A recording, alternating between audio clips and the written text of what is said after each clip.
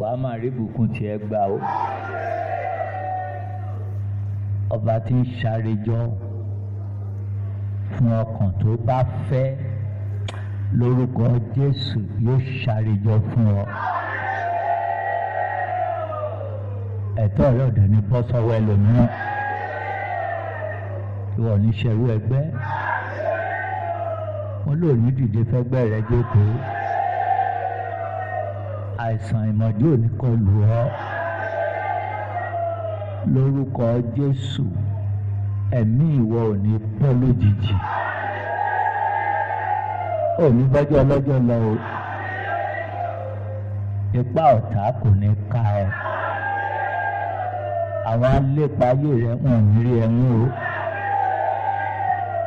Wọn ò rí ẹ mú torí náà náà ṣe fẹ́ fọmọ rẹ rọ́pò kò ní jẹ́pin rẹ o. Wọn ò ní gbòkú ọmọ ká ẹ mọ́lé. Ò ní gbọ́rò yìí bí pọ́mọ rẹ mà ti kú o.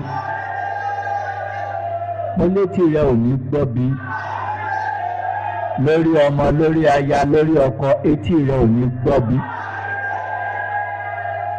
Orísun ibi tí owó ti ń wọlé fún ọ láti jẹun, mo ń lórúkọ Jésù ayé ò ní dáná sunbẹ. Ìbànújẹ́ ò ní kẹ́yìn ayọ̀ fún ọ o.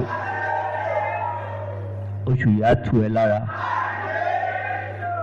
Ọdún yìí á tù ẹ́ lára. Wàá rere ṣàjọ. Ìrèkèrè tọwọ́ rẹ bá tẹ̀, ayé ò ní gbọ́n dànù mọ́ ẹ lọ́wọ́. Bẹ́ẹ̀ ló ṣe máa rí.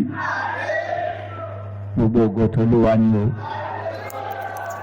Jésù Olúwa wa.